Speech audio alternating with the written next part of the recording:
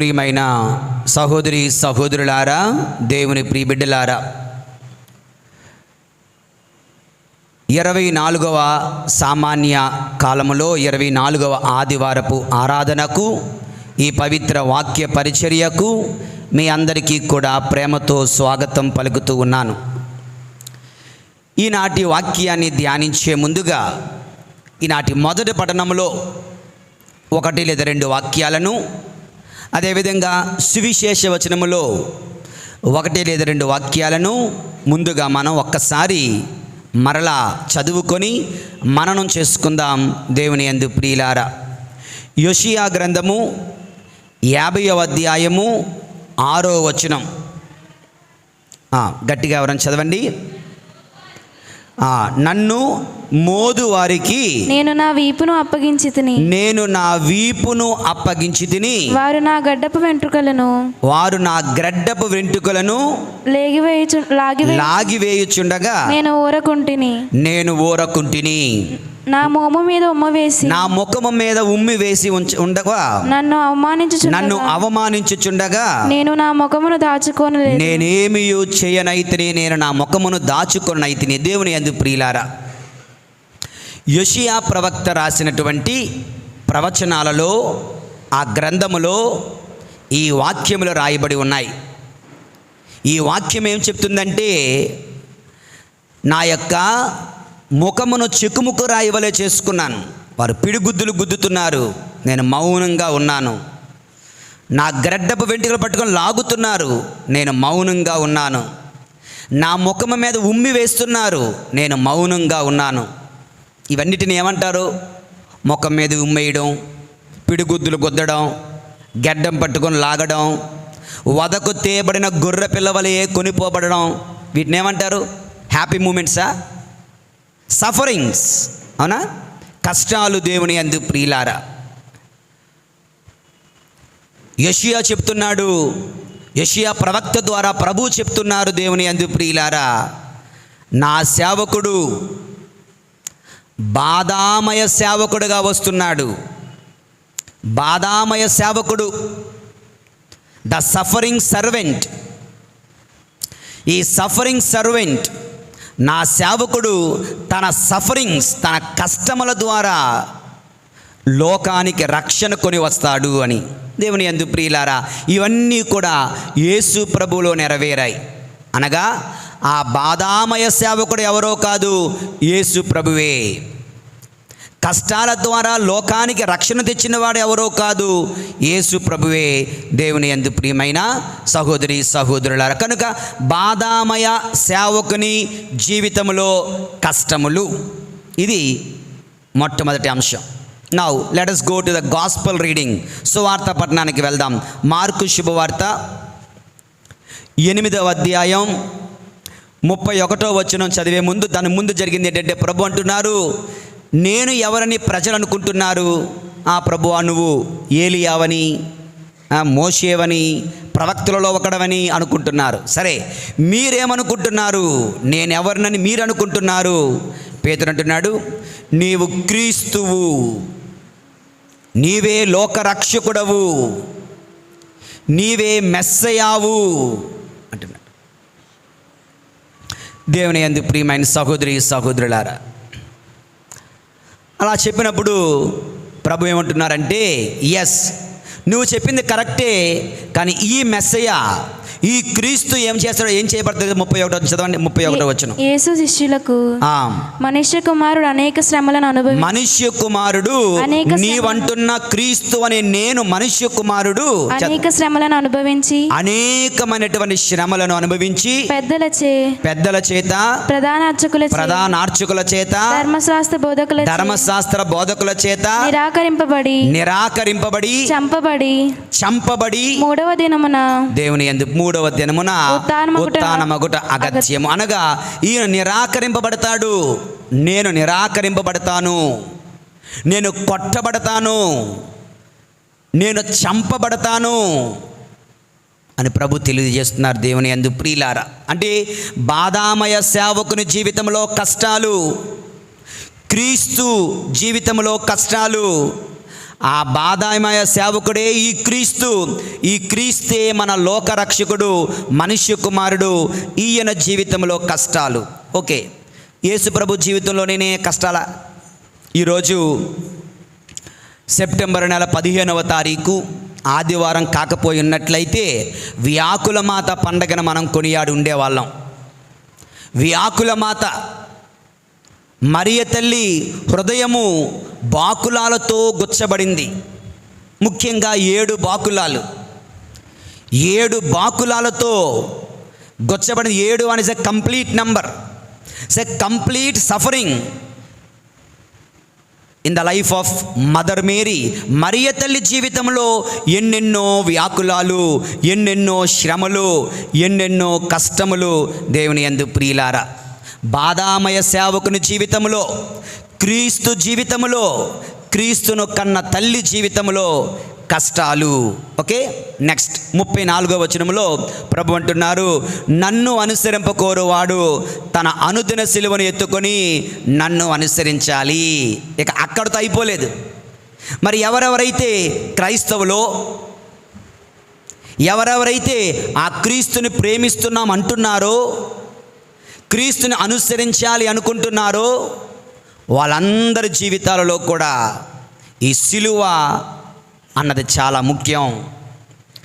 There is a great importance, there is a great value for suffering in the life of every Christian. దేవుని యందు ప్రియులారా, సిలువలు లేనిదే క్రైస్తవ జీవితం లేదు.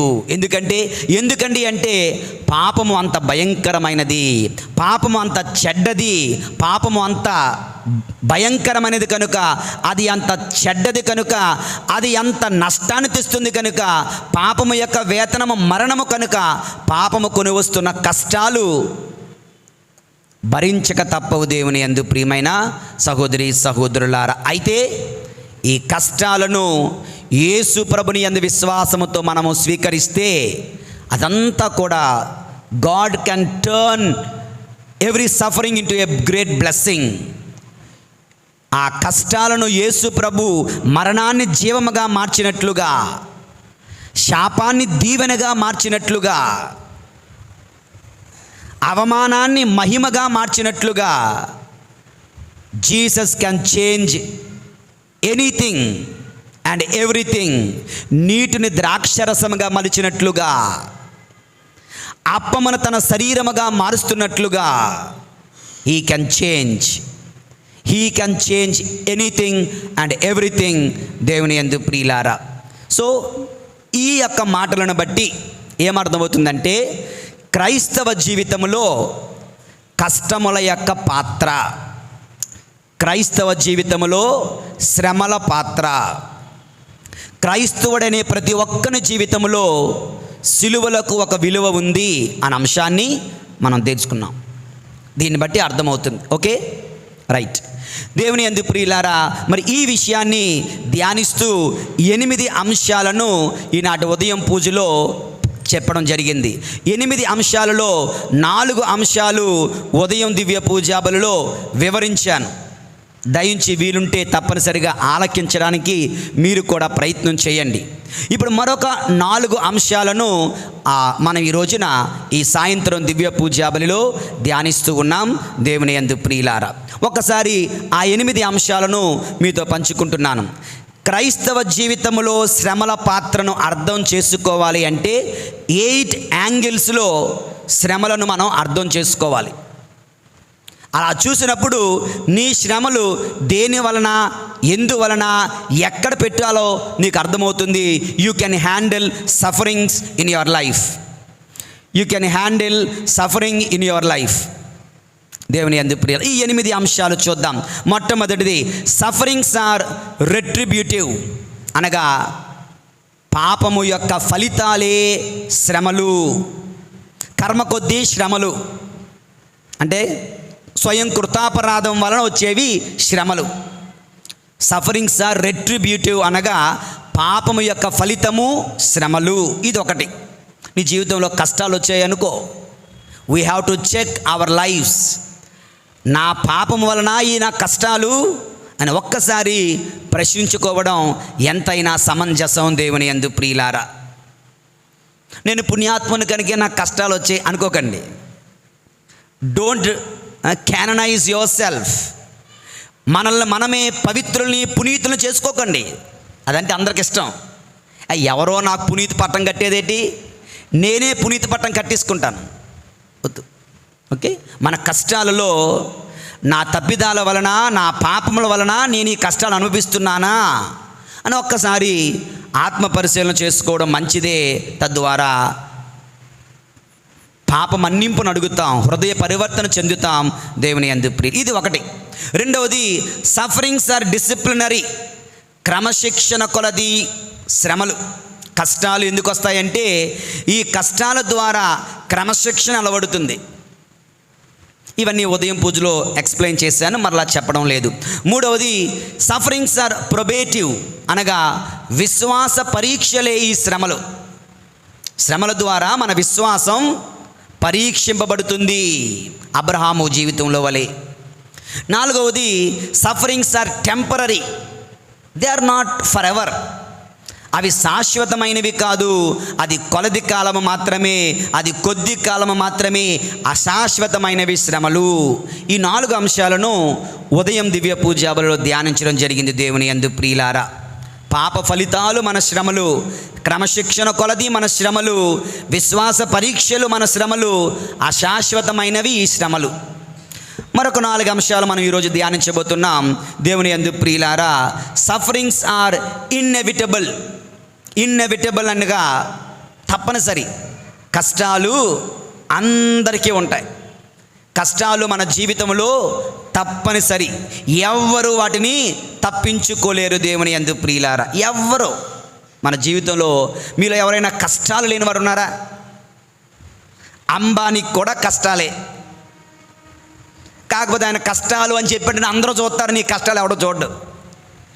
అదే ఆ మధ్యన అంబానీ కొడుకు పెళ్ళిలో ఎందుకో ఏడ్చాడట. అయ్యో కోటీశ్వరుడు కూడా ఏడుతున్నాడే, మేము రోజు ఏడుతున్నాం, మమ్మల్ని ఎవరు పట్టించుకోరు అంటాం మనం. అయితే దేవుని యందు ప్రియమైన సహోదరి సహోదరులారా, కష్టాలు కోటీశ్వరుడికి కూడా ఉంటాయి, ఇంకా వాళ్ళకే ఎక్కువ ఉంటాయి దేవుని యందు ప్రియులారా. Sufferings are inevitable. Next, sufferings are mysterious, అనగా పరమరహస్యాలు. ఈ శ్రమలలో ఒక గొప్ప పరమరహస్యం దాగి ఉంటుంది. అది మనకు అర్థం కాదు, దేవుడికే అది అర్థమవుతుంది. మీరు బాగా గమనించండి, ఒకప్పుడు కష్టాలు కొద్ది కాలం తర్వాత జోకులు అయిపోతాయి, అవునా? చిన్నపిల్లల్ని ఈ మధ్యన ఒక వీడియో చూశాను. ఆ వీడియోలో ఒక ఫాదర్ గారు ఉన్నారు. ఆ ఫాదర్ గారు 80-90 సంవత్సరాలు, 80 సంవత్సరాలు దాటే ఉన్నారు నార్త్లో. ఆయన దగ్గర స్కూల్లో చదువుకున్న వాళ్ళందరూ కూడా పెద్ద పెద్ద ఇంజనీర్లు, IAS IPS ఆఫీసర్లు, పెద్ద పెద్ద వాళ్ళు అయ్యారు. వాళ్ళు రిటైర్ కూడా అయిపోయినట్టున్నారు వాళ్ళు కూడా చాలామంది. వీళ్ళందరూ కూడా get together, old students get టుగెదర్కి వచ్చారు. వచ్చి ఈ ఫాదర్ గారి దగ్గరికి ఎలాగొచ్చారంటే స్కూల్ యూనిఫామ్లో వచ్చారు అందరూ కూడా. అప్పుడు ఆ ఫాదర్ గారు అందరినీ కూడా వెనకాతల తొడల మీద కొట్టేవారన్నమాట. సో ఆ ఫాదర్ గారికి మరలా కర్ర ఇచ్చి దయచేసి మమ్మల్ని కొట్టండి, చూసారు ఆ వీడియో మీరు, కొట్టండి అన్నారు. ఫాదర్ గారు అందరినీ కొడతాం. వీళ్ళందరూ IAS ఆఫీసర్లు, స్కూల్ బ్యాగ్ వేసుకొని, టై కట్టుకొని, బెల్ట్ కట్టుకొని, స్కూల్ చిన్నపిల్లల్లాగా ఫాదర్ గారి చేత కోరుండి కొట్టించుకుంటున్నారు. ఒకప్పుడు అదే దెబ్బలకు వాళ్ళు భయపడేవారు, ఎంత ఏడ్చేవారో. ఈరోజు ఆ దెబ్బ అంటే అదొక ఫన్, అదొక జోక్ అయిపోయింది. అంటే కష్టాలలో పరమరహస్యాలు దాగుంటాయి, దేవునికే అర్థమవుతుంది దేవుని యందు ప్రియులారా. తర్వాతది, sufferings are redemptive or vicarious అంటారు. వికారియస్ ఆర్ రిడెంప్టివ్ అంటే రక్షణకరమైనవి ఈ శ్రమలు, రక్షణ తెస్తున్నాయి ఈ శ్రమలు. శ్రమల వలన రక్షణ ఉంటుంది దేవుని యందు ప్రియులారా. ఇక 8వది, sufferings are sources of great blessings, అనగా కష్టాలు అధికమైన ఆశీర్వాదాలకు మూలాలు దేవుని యందు ప్రియుల. ఈ 4 అంశాలను ఈ రోజున ఈ యొక్క ధ్యానాంశంలో మనం నేర్చుకోవడానికి ప్రయత్నం చేద్దాం. యేషువా వందనం, యేషువా స్తోత్రం, తండ్రి వందనం, తండ్రి స్తోత్రం. ఆత్మదేవా వందనం, ఆత్మదేవా స్తోత్రం. ఆత్మదేవా praise the lord, praise the lord, praise the lord. Hallelujah, hallelujah, hallelujah. Okay, so ఐదవది డైరెక్ట్గా, ఓకే, సఫరింగ్స్ ఆర్ ఇన్ఎవిటబుల్ అనగా శ్రమలు తప్పనిసరి. శ్రమలు అందరికీ ఉంటాయి. శ్రమలు లేనివారు, కష్టాలు లేనివారు అంటూ ఈ లోకంలో ఎవ్వరూ ఉండరు. ఈ సత్యాన్ని మనం గుర్తించాలి దేవుని యందు ప్రియులారా. వాక్యం చదువుకుందాం, వాక్యానుసారము నేర్చుకుందాం. యోహాను శుభవార్త 16వ అధ్యాయము 33వ వచనం. యోహాను శుభవార్త 16వ అధ్యాయము 33వ వచనం. మీరు నా యందు శాంతిని పొందుటకు నేను మీతో ఈ విషయంలో చెప్పుచున్నాను. మీరు నా తర్వాత, అందరూ నా తర్వాత చెప్పండి.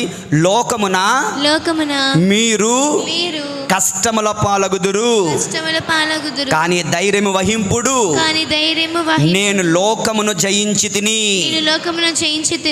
ఈ మాటలు ఎవరు చెప్తున్నారండి? ఎవరు చెప్తున్నారు? యేసు ప్రభు చెప్తున్నారు. ఈ లోకమున మీరందరూ కష్టముల పాలవుతారు.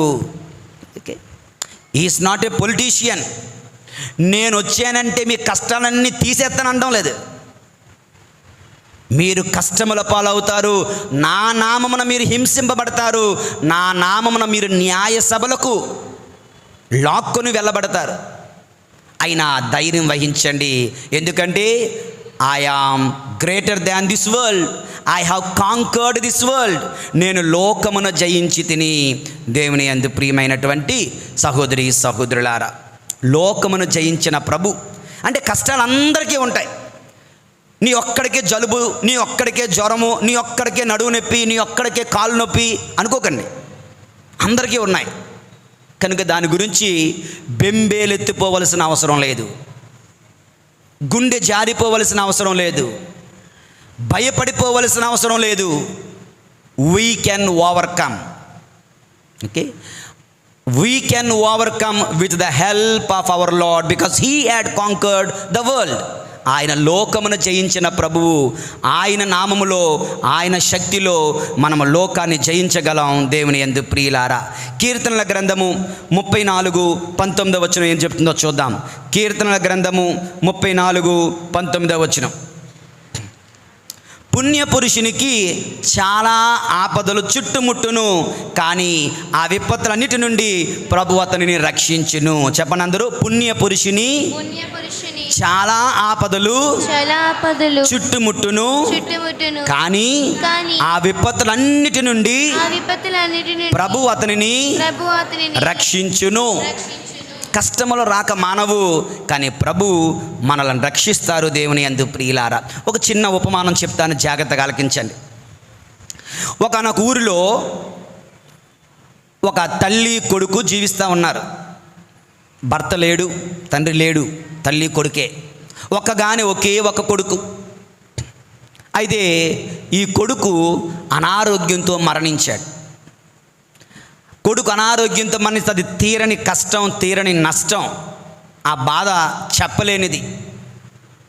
ఆమె ఆ కొడుకు శరీరం దగ్గర పడి గుండెలు బాదుకొని రోదిస్తుంది, ఏడుస్తూ ఉంది.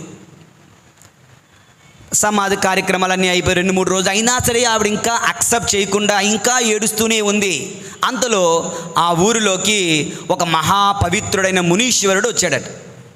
అందరూ చెప్పారు, ఒక మునీశ్వరుడు వచ్చాడు, ఆ ఊరి చివర చెట్టు కింద ఆశ్రమం కింద ఉన్నాడు. అంటే ఈవిడ పరుగున వెళ్ళి ఏడ్చుకుంటూ, అయ్యా నువ్వు గొప్ప శక్తిమంతుడు అంట కదా. అవును. నువ్వు ఎన్నెన్నో అద్భుతాలు చేస్తావంట కదా. అవును, చేస్తాను. అయితే నాదొక్క మనవి ఏంటి, చనిపోయిన నా కుమారుని తిరిగి బ్రతికించు, నాకు ఇచ్చేయి అన్నారు. చెప్పడానికి చూశాడు, ఆవిడ అర్థం చేసుకోవడానికి సిద్ధంగా లేదు. కనుక తప్పకుండా చేస్తాను, నీ కొముడికిని మరలా చనిపోయినవని లేపి నీ చేతిలో పెడతాను. అయితే ఒక చిన్న మనవి, చిన్న కండిషన్ ఏంటంటే, నాకు నువ్వు ఊరిలోకి వెళ్ళి ఒక గుప్పెడు బియ్యం, ఒక చేతికి లోపల ఒక గుప్పెడు బియ్యం తీసుకొని రా, వచ్చి ఇందులో పడేయి అన్నాడు. అంతే కదా, చిటికలో పట్టుకొని వస్తాను.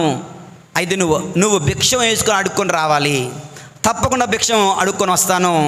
అయితే ఎవరైతే నీకు గుప్పుడు బియ్యం ఇస్తారో వాళ్ళ ఇంటిలో ఎప్పుడూ కూడా కష్టం అన్నది ఉండకూడదు. కష్టము లేని కుటుంబము నుండి, గృహము నుండి పిడికిడి బియ్యం తీసుకురా, నీ కొడుకుని జీవంతో లేపుతాను అన్నది. చాలామంది కష్టాలు లేవులండి, నేను తెస్తాను కదా అని మళ్ళీ పరిడి వెళ్ళింది. ఒక ఇంటికి వెళ్ళింది, అమ్మా గుప్పుడు బియ్యం ఇస్తారా? ఓ ఎందుకు ఇవ్వను, తప్పకుండా ఇస్తాం. అయితే మీ ఇంట్లో ఏ కష్టాలు లేవు కదా, నిజం చెప్పండి. అయ్యో మా ఇంట్లో బోల్డ్ అని కష్టాలు రా, వచ్చి కూర్చో అమ్మా అని చెప్పి ఆ కష్టాలన్నీ చెప్పడం మొదలుపెట్టారు.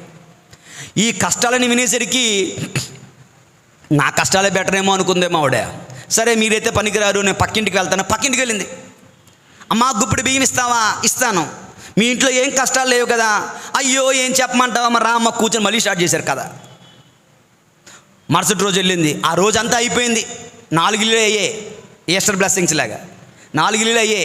కష్టాలని వినేసరికి పాపం మరుసటి రోజు వెళ్ళి మళ్ళీ మరొక వెళ్తే మరొక ఆ రోజు 4 ఇల్లులు. వాళ్ళ కష్టాలు విని అయ్యోయ్యో నాకన్నా ఘోరంగా ఉన్నారే వీళ్ళ జీవితాలు అనుకున్నది. ఆ ఊరంతా దగ్గర 4 రోజులు అయ్యింది. ఇప్పుడు ఇంకా రాలేదు స్వామీజీ దగ్గరికి. ఇప్పుడు వచ్చిందనమాట.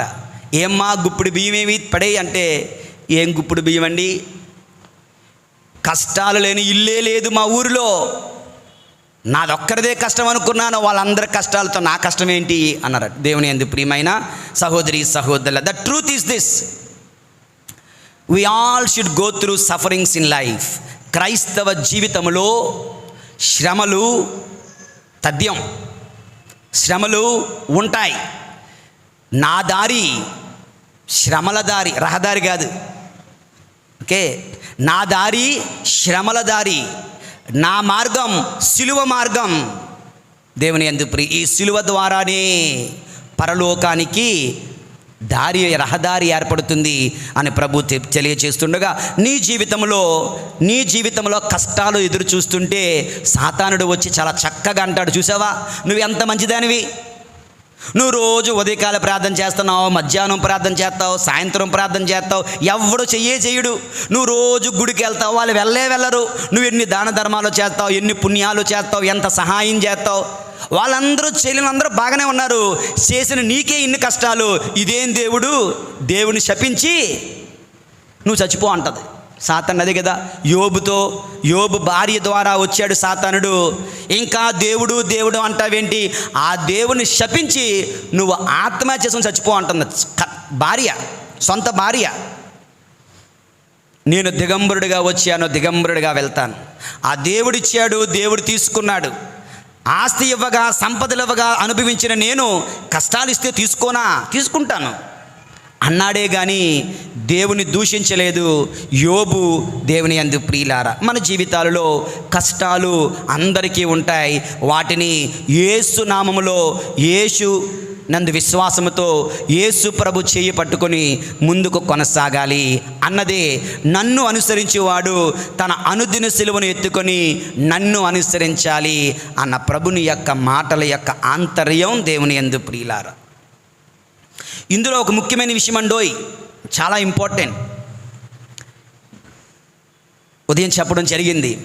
ఈ కష్టాలకు కారణాలని 3 ఉంటాయి. నా సొంత అభిప్రాయం ఇది. కష్టాలకు కారణాలు 3. ఒకటి స్వయం కృతాపరాధం, నువ్వు చేసిన తప్పుదనం, నువ్వు చేసిన పాపం, నువ్వు తీసుకున్న తప్పుడు నిర్ణయాలు, నీకున్నటువంటి తప్పుడు భావాలతో నువ్వు కష్టాలు పడతావు. అది దేవుడిని అనకు, దేవుడు ఇచ్చినవి కదా, నువ్వు తెచ్చుకున్నవే, నువ్వు కొనుక్కొని తెచ్చుకున్నవే.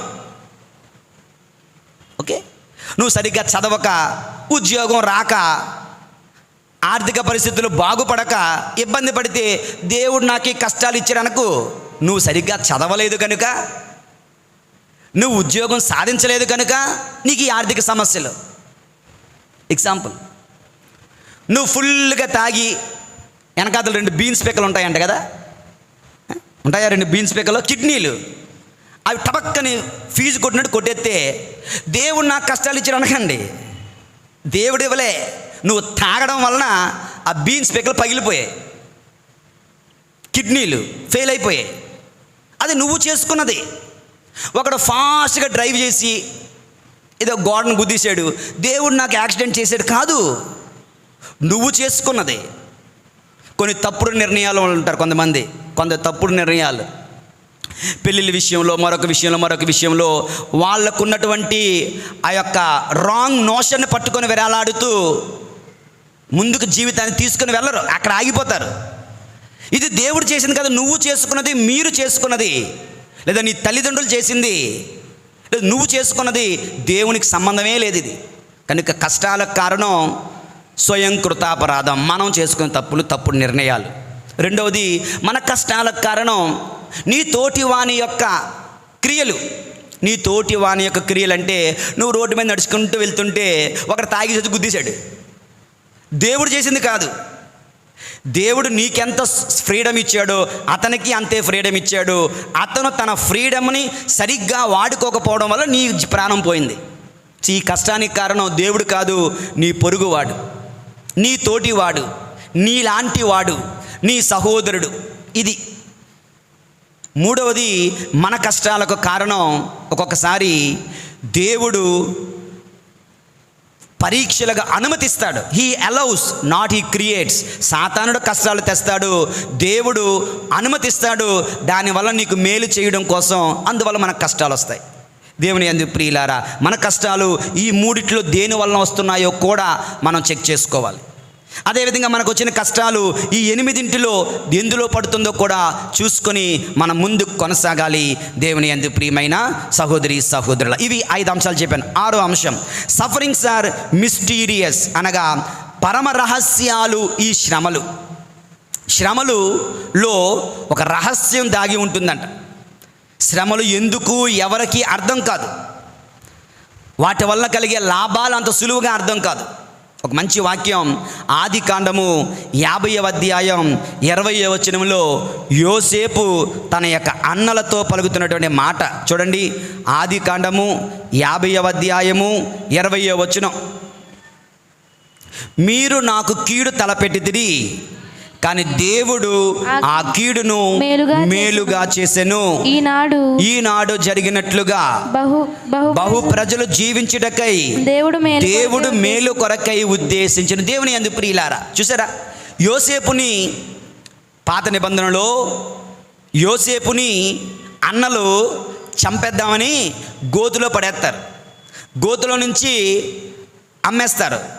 అమ్మేసిన తర్వాత వాడు బానిసైపోతాడు. పుతీఫర్ ఇంటిలో ఆ జరిగిన సంఘటన వల్ల జైలుకి వెళ్ళిపోతాడు. ఆ జైలులో నుంచి రాజుగారి తర్వాత అంటే రాజు అధికారాన్ని పొందుకుంటాడు. అతని యొక్క జ్ఞానము వలన, దేవుడిచ్చిన కృప వలన, కలల భావం తెలుసుకోవడం వలన కరువు నుండి అందరినీ కాపాడగలుగుతాడు ఈ యొక్క యోసేపు. ఎక్కడ నుంచి ఎక్కడికి వచ్చాడు? వాక్యం చెప్తుంది, దేవుని యందు ప్రియులారా, మీరు నాకు కీడు తలపెట్టారు, కానీ దేవుడు ఆ కీడును మేలుగా చేసెను. అంటే కీడులో ఒక రహస్యం, కీడులో ఒక పరమ రహస్యం, కీడులో ఒక మేలు, కీడులో ఒక సీక్రెట్. అది మనకు తెలియదు. ఎందుకో మనకు తెలియదు, ఎందువలనో మనకు తెలియదు. ఎందరో పునీతులు యుద్ధానికి వెళ్ళి యుద్ధ వీరులు అవ్వాలనుకుంటే తుపాకీ గుండు తగిలింది, తొడలో హాస్పిటల్లో పడ్డారు. ఆపరేషన్ జరిగింది, కాలు పొట్టయిపోయింది. మళ్ళీ ఆపరేషన్ చేశారు, మొత్తానికి సెట్ అయ్యింది. ఈ 2 సంవత్సరాల గ్రాపలో బైబిల్ చదివాడు, పునీతుల గ్రంథ పఠనాలు చదివాడు. ఇతను పునీతుడు కాగా నేనెందుకు పునీతుడిని కాకూడదు అంటూ లోయలో పురిన్యాస్ వారు బయలుదేరారు. దేవుని యందు ప్రియులారా, అలాగే ఫ్రాన్సిస్ వారు, అసిస్పుర ఫ్రాన్సిస్ వారు కష్టాలలో నుంచే, ఆ కష్టాలనే పరమ రహస్యం వలన వారు గొప్ప మేలులు పొందుకున్నారు. దేవుని యందు ప్రియమైన సహోదరి సహోదరు, ఆ యొక్క మిస్టరీ అది దేవునికే తెలుస్తుంది. యోషియా గ్రంథము 55:8-9 వచనాలు చదవండి. యోషియా గ్రంథము 55:8-9 వచనాలు. నా ఆలోచనలు మీ ఆలోచనల వంటివి కాదు, మీ మార్గములు నా మార్గముల వంటివి కాదు. చూడండి, ఆకాశము భూమికి ఎంత ఎత్తుగా ఉండునో మీ ఆలోచనలు నా ఆలోచన అంత ఉన్నతంగా ఉంటాయి. కనుక కష్టాలు వచ్చాయంటే ఎందుకు ఎందుకు ఎందుకు నాకే ఎందుకు మనం గింజుకుంటాం. అరే, వాటి వల్లనే నీకు లాభం, వాటి వల్లనే నీకు మేలు, వాటి వల్లనే నీకు దీవెన. అది నీకు అర్థం కాదు, అది నీకు ఎప్పటికీ అర్థం కాదు. దేవుని యందు ప్రియులారా, ప్రతి కష్టం వెనకాతలు ఏదో ఒక పరమరహస్యం ఉంది. దాని గుండా వెళితే మనం విజయం సాధిస్తాం, దీవెనలు పొందుకుంటాం అన్న సత్యాన్ని మనం గుర్తించాలి. Sufferings are mysterious. ఒక జరిగిన సంఘటన చెప్తాను ఈ విషయంలో. ఒకానొక గ్రామంలో ఒకే ఒక్క కుటుంబం యేసు ప్రభు గురించి తెలుసుకొని జ్ఞానస్నానం పొందుకున్నారు. అదందరూ కూడా ఒక హైందవ కుటుంబం. మన సంఘంలో, సమాజంలో తెలుసు కదా, క్రైస్తవత్వం ఒక క్యాస్ట్తో ముడిపడి ఉంటుంది. క్రైస్తవుడు అంటే అతను ఏదో తక్కువ కులస్తుడు అన్నటువంటి భావన ఉంటుంది. కనుక ఆ ఊరిలో వాళ్ళందరూ కూడా ఇటువంటి తక్కువ కులం దేవుడిని ఎందుకు పట్టుకున్నావు అని చెప్పి ఆ ఊర్లో వాళ్ళందరూ వచ్చి ఆడిపోడు కోసుకున్నారు, తిట్టుకున్నారన్నమాట. తిట్టుకోవడం మాత్రమే కాదు, శపించి వెళ్ళారు ఈ కుటుంబ సభ్యులు. అయినా సరే వీళ్ళు ఆ గ్రామంలో ఉంటూనే దూరమైన విచారణ దేవాలయానికి వెళ్తూ ప్రతి ఆదివారం చక్కగా భక్తితో జీవిస్తా ఉన్నారు. ఇలా రోజులు గడుస్తున్నాయి. 2-3 సంవత్సరాలు గడిచాయి. తర్వాత ఒక్కగానొక కొడుకు, ఆ కొడుక్కి ఒక తీవ్రమైన జ్వరం వచ్చింది. ఊర్లో వాళ్ళందరూ వచ్చారు, మా దేవులు శపించారు, మా దేవతలు శపించారు అన్నారు. అయినా వీళ్ళు, ప్రభువా దయ చూపండి, నా బిడ్డను స్వస్థపరచండి అన్నారు. విచారణ గురువుకి చెప్పారు. విచారణలో అందరూ ప్రార్థన చేశారు. అందరూ ప్రార్థన చేసేసరికి ఏమైంది? బిడ్డ స్వస్థ వచ్చిందా? చచ్చిపోయాడు. బిడ్డ చనిపోయాడు. బిడ్డ చనిపోయేసరికి ఆ ఊర్లో వాళ్ళందరూ అదిగో దేవుడు శపించేశాడు, మా దేవతలు శపించారు అనుకున్నారు. కానీ ఆ విచారణ గురువు, ఆ విచారణ ప్రజలందరూ కూడా అక్కడికి వెళ్ళారంట. ఆ కుటుంబానికి తోడుగా నిలిచారంట. మరణించిన బిడ్డను తీసుకొని అక్కడ పెట్టి ఒక పూజను సమర్పించారంట. వాళ్ళందరూ కూడా శవాన్ని ముట్టుకోము మేము, శవాన్ని పట్టుకొని ప్రార్థన చేస్తున్నారు, పూజలు చేస్తున్నారు ఏంటి వీళ్ళు అని ఈ యొక్క ఉదంతం, ఈ యొక్క సంఘటన, ఈ విచిత్రాన్ని చూడటానికి అందరూ కూడా ఎవరి ఇండ్లలోంచి వాళ్ళు ఆ యొక్క గ్రౌండ్లో బయట రోడ్డు మీద జరుగుతున్న తతంగం అంతా చూస్తూ ఉన్నారు. అందులో ఫాదర్ గారు దేవుని కృప వలన మరణము తర్వాత జరిగే సంఘటనలు, పునరుత్థానము, క్రీస్తు ప్రభుని మరణం తర్వాత జనం పునరుత్థానం గురించి, మనుష్యుల యొక్క పునరుత్థానం గురించి, శరీరం యొక్క ఉత్థానం గురించి, మోక్షానందం గురించి ఆయన ప్రసంగించారంట. ఆ ప్రసంగాలు విన్న వాళ్ళందరూ కూడా ఆశ్చర్యపడిపోయారు, నమ్మలేకపోయారు. మేము మా కుటుంబాలలో ఒకడు ఇంకా చచ్చిపోకముందే ఇంట్లో చచ్చిపోతే మైలు పడిపోతున్న బయటికి లాగేస్తాం, మీరేంటి చనిపోయినటువంటి శవాన్ని పట్టుకొని పవిత్రంగా చూస్తున్నారు, పవిత్రంగా ధూపం వేస్తున్నారు, అది పట్టుకొని పూజలు చేస్తున్నారు. చనిపోయిన తర్వాత ఇలాగుంటుందా మన జీవితం? మేమనుకున్నాం చచ్చిపోయిన తర్వాత కుక్క కింద నక్క కింద పుడతాం అనుకున్నాం. అంతే కదా, పునరుత్థానం, మరో జన్మ. ఇలాగుంటుందా మన జీవితం? దేవునిలో కలిసిపోతామా? దేవుని అంతటి వాళ్ళం అయిపోతామా? దేవుని బిడ్డలం అయిపోతామా అనుకొని వాళ్ళలో చాలామంది వాడికి తెలియకుండా వీడు, వీడికి తెలియకుండా వాడు ఈ ఆదివారం పూటల గుడికి రావడం మొదలుపెట్టారు. రోజు రోజుకి ప్రసంగాలు వింటూ విశ్వాసములో వాళ్ళు ఎదుగుతూ ఒక రోజున ఒకేసారి ఒక 10-20 కుటుంబాలు మాకు జ్ఞానస్నానం కావాలి, జ్ఞానస్నానం ఇస్తారా అన్నారు. దేవుని యందు ప్రియులారా, మనందరి కంటికి ఆ బిడ్డ చనిపోయాడు, కానీ దేవుని కంటికి ఆ బిడ్డ మరణం వలన ఆ ఊరే ప్రభుని వైపు, రక్షణ వైపు మళ్ళింది. ఈ పరమ రహస్యం ఇది మనకు అర్థం కాదు, దేవునికి అర్థమవుతుంది. దేవునికి అందుకే అన్నారు, మీ ఆలోచనలు భూమి వలె ఉంటే నా ఆలోచనలు ఆకాశం వలె ఉన్నతంగా ఉంటాయి. దేవుని యందు ప్రియ, సఫరింగ్స్ ఆర్ మిస్టీరియస్. ఏ కష్టమైనా, ఏ రోగమైనా దానికంటూ ఒక రకమైనటువంటి విలువ ఉంది. అది మనం విశ్వాసముతో చూడగలగాలి. దేవుని యందు ప్రియులారా, మనము we don't see by sight but by faith అంటారు. We walk not by sight but by faith. మనము ఈ కళ్ళతో చూడం, మనము విశ్వాసముతో చూస్తాం, చూడాలి. ఒక జబ్బు ఈ కళ్ళతో చూస్తే నష్టం, విశ్వాసంతో చూస్తే అది లాభం. చాలామంది ఏదో దెబ్బలు తగిలినప్పుడు దీనివల్ల నాకు ఒక లాభం ఉంది అనుకుంటారు చూడండి, అదనమాట విశ్వాసం. ఓకే, విశ్వాసంతో మనం చూడగలగాలి దేవుని యందు ప్రియమైన. God works in a mysterious way. ఊహల కందని విధానాలలో ఆయన కార్యములు ఉంటున్నాయి కనుక. యేషువా వందనం, యేషువా స్తోత్రం. Praise the lord, praise the lord. Hallelujah, hallelujah, hallelujah, hallelujah. రెండు విషయాలు చెప్పాను. సఫరింగ్స్ ఆర్ ఇన్ఎవిటబుల్, అందరికీ ఉంటాయి. సఫరింగ్స్ ఆర్ మిస్టీరియస్, అవి పరమ రహస్యాలు. ఏడవది దేవుని యందు ప్రియులారా, సఫరింగ్స్ ఆర్ రెడెంప్టివ్, అంటే వికారియస్ అంటారు. వికారియస్ అనగా రక్షణకరమైనవి ఈ శ్రమలు. చెప్పండి అందరూ, రక్షణ తెస్తున్నాయంట శ్రమలు దేవుని యందు ప్రియులారా. చూడండి వాక్యం చదువుకుందాం. పౌలు గారు రాసినటువంటి తిమోతికి రాసిన 2వ లేఖ 2వ అధ్యాయం 10వ వచనం. 2:10 2వ లేఖ 2వ అధ్యాయం 10వ వచనం. తిమోతికి రాసిన 2వ లేఖ చదవండి ఎవరైనా. ఎన్నుకొనబడిన దేవుని ప్రజలు క్రీస్తు యేసునందు రక్షణను నిత్య మహిమలో కూడా పొందవలెనని వారల కొరకు సమస్తమును నేను ఓర్చుకొనుచున్నాను. Therefore I endure everything. అన్ని కష్టాలను నేను ఓర్చుకుంటున్నాను, ఎందుకంటే అందరూ రక్షింపబడాలని పౌలు గారు అంటున్నారు. అందరూ రక్షింపబడాలని నేను కూడా నా సిలువలను భరిస్తున్నాను. నెక్స్ట్ వాక్యం హెబ్రీయులకు రాయబడిన లేఖ 2:10, సేమ్ టు సేమ్ 2వ అధ్యాయం 10వ వచనం. హెబ్రీయులకు రాయబడిన లేఖ 2వ అధ్యాయం 10వ వచనం. నా తర్వాత చెప్పండి అందరూ. సర్వ సృష్టి స్థితికారకుడగు దేవుడు తన మహిమలో పాలు పంచుకొనుటకై పెక్కుమంది పుత్రులను చేరదీయుటకై యేసును బాధల ద్వారా పరిపూర్ణుని చేయుట సమంజసమే. అంటే యేసు ప్రభుని శ్రమల ద్వారా అందరినీ తన బిడ్డలుగా చేసుకుంటున్నాడు.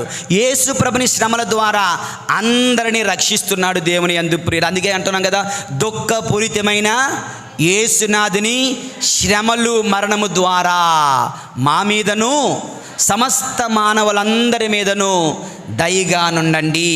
దుఃఖపూరితమైన యేసునాథుని శ్రమల మరణము ద్వారా మనం రక్షింపబడుతూ ఉన్నాం దేవుని యందు ప్రియులారా. ఈ శ్రమలకు రక్షణ తెచ్చే విలువ ఉంది, శక్తి ఉంది.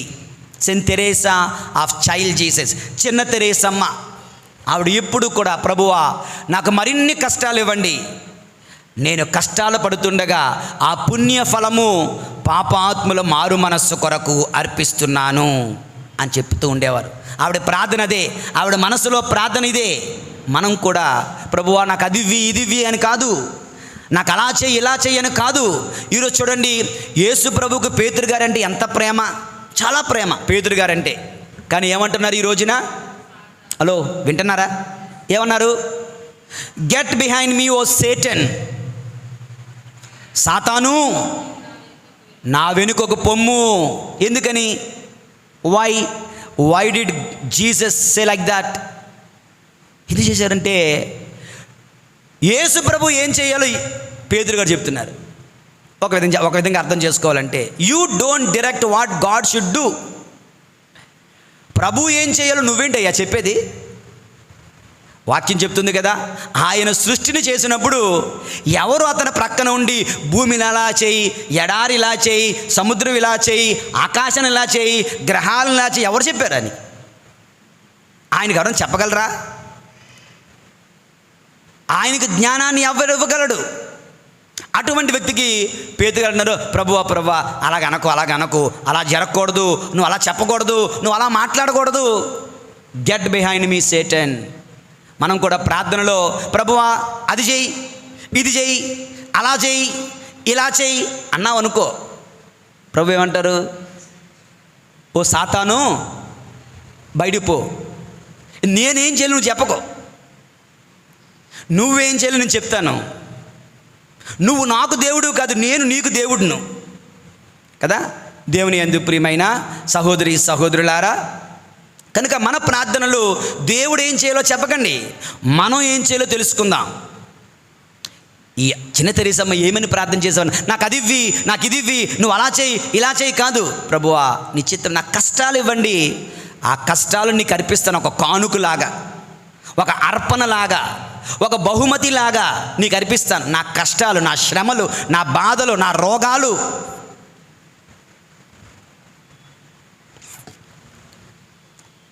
ఆ రోజుల్లో టీబీ, ఓకే, రక్తం నోట్లోంచి వచ్చేది కదా, అది ఎంత పెద్ద జబ్బు, మందు లేదు.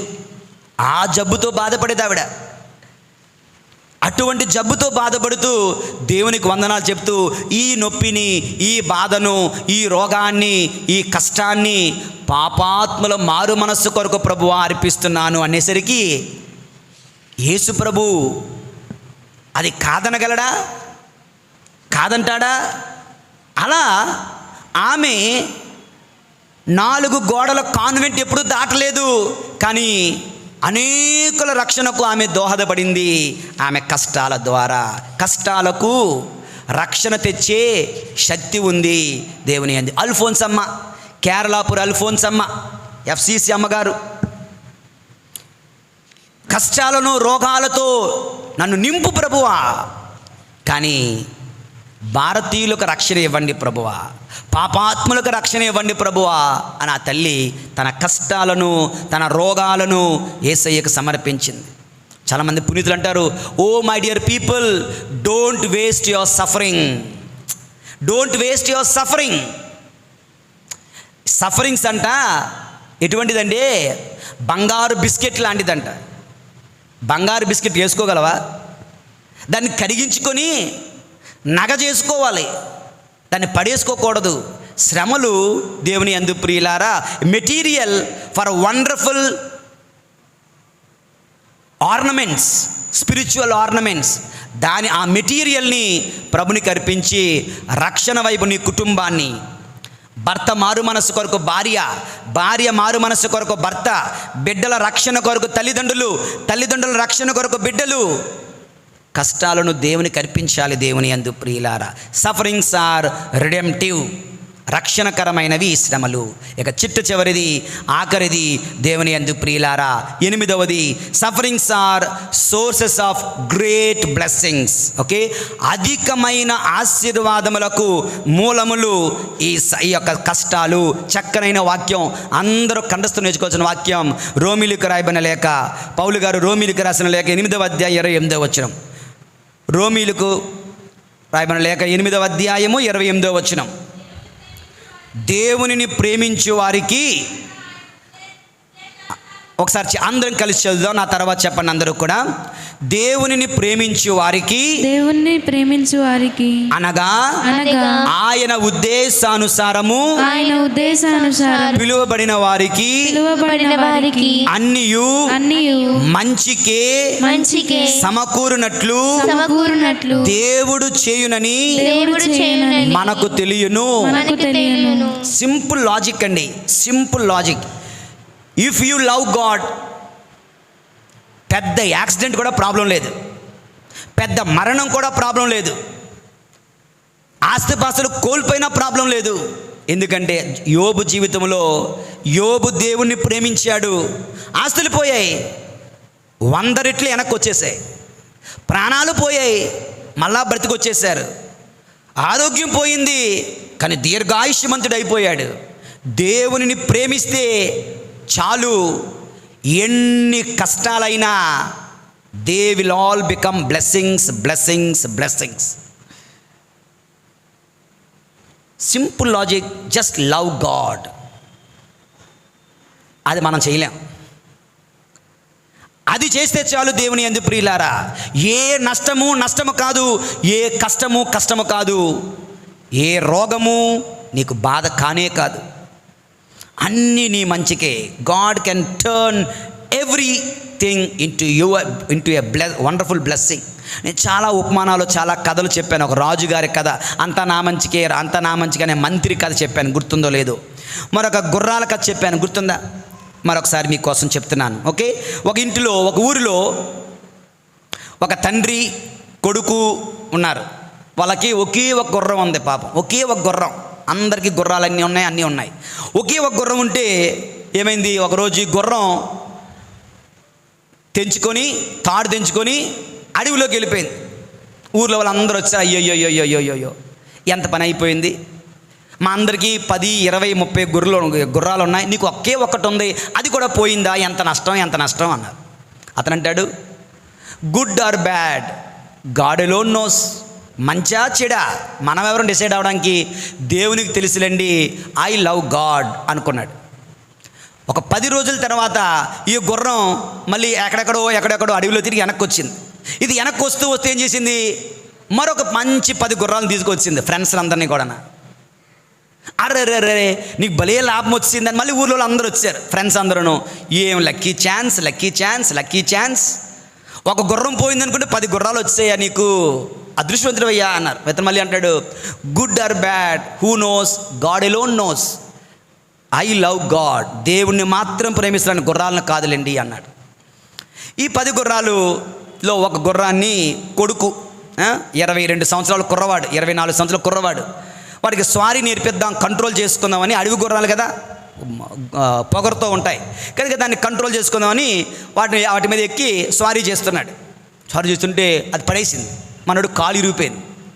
మళ్ళీ ఊర్లో వాళ్ళందరూ వచ్చి అయ్యో ఎంత పని అయిపోయింది, నీ ఒక్కగానో ఒక్కడుకు కాలు ఇరిగిపోయింది, ఆడికి ఎందుకు పనికిరాడు, సొట్టడైపోతాడు, కర్రలు పట్టుకొని నడవాలి జీవితాంతం.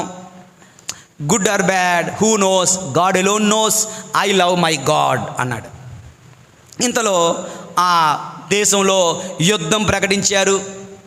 శత్రువులకి ఎక్కువ మంది సైనికులు ఉన్నారు, వీళ్ళకి సైనికులే లేరు. రాజుగారు ఒక ఆర్డర్ వేశారు, ఏంటంటే ప్రతి ఇంటిలోకి వెళ్ళి 15 సంవత్సరాలు ప్రతి కుర్రవాడిని పట్టుకుని వచ్చేయండి, యుద్ధం తోసేద్దాం, కత్తించి పంపించేద్దాం అన్నారు.